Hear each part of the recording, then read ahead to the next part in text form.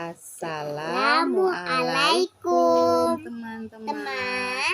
Hari ini Lulu mau mendengarkan cerita dari Putri Cinderella.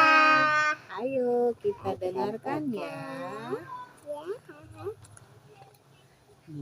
Di sebuah kerajaan yang megah, hiduplah seorang raja yang sangat kaya dengan istri yang sakit parah. Sang istri merasa ajalnya mendekat. Ia memanggil putri cantiknya yang bernama Cinderella. Dan beberapa kemudian sang ibu menghembuskan nafas terakhir kalinya. Kasihan ya, Naya. Selang beberapa bulan, ayah Cinderella menikah lagi agar ada yang menjaga dan menemani Cinderella di rumah. Beberapa lama kemudian, ayah Cinderella menikah lagi dengan seorang janda yang memiliki 2 anak perempuan yang usianya sama dengannya. Sang ayah pergi, Cinderella hidup dengan ibu tirinya yang kejam dan saudara tirinya yang jahat. Mereka memperlakukan Cinderella dengan sangat buruk. Ia seperti pembantu yang mengerjakan pekerjaan rumah.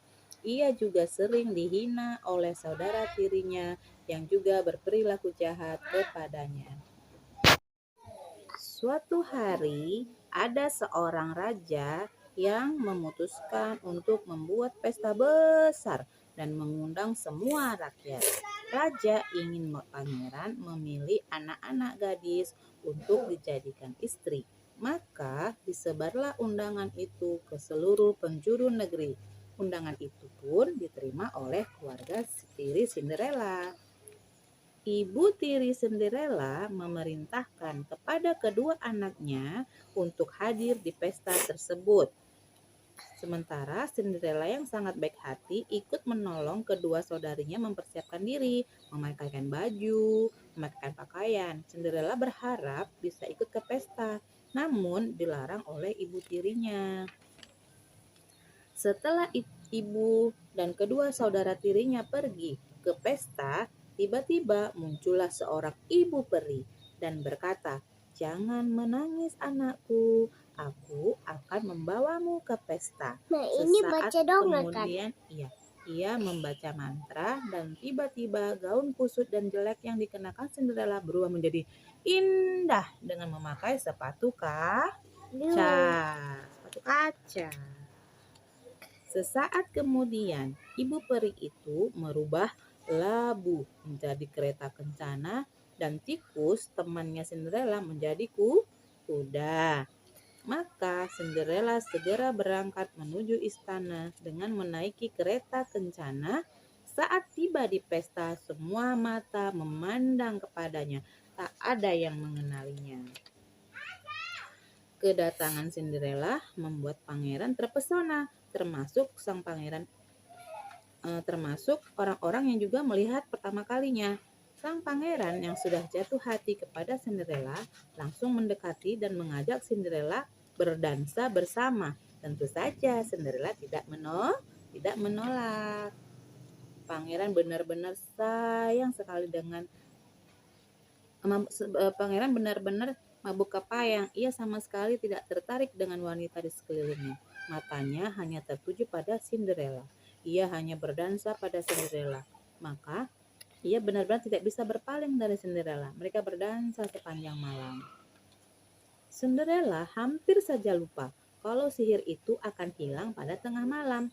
Maka ia segera berlari keluar meninggalkan sang pangeran yang terbengong-bengong saat ia berlari menuju kereta kencananya. Disitulah sepatu kaca miliknya tertinggal dan tidak ada waktu untuk mengambilnya. Pangeran benar-benar tidak dapat mengejar Cinderella dan benar-benar sedih sekali melihat kereta yang ditumpangi Cinderella melaju dengan cepat. Sang pangeran mengambil sepatu kaca milik Cinderella yang tertinggal. Ia bertekad akan menemukan Cinderella dan mencarinya ke seluruh penjuru negeri. Pangeran segera mengajak pengawalnya untuk mencari Cinderella. Maka ia mendatangi semua rumah warga. Semua gadis diminta untuk mencocokkan kaki dan sepatu kaca. Namun tidak ada yang muat. Sang pangeran dan para pegawainya akhirnya sampai di rumah Cinderella dan bertemu dengan ibu tirinya.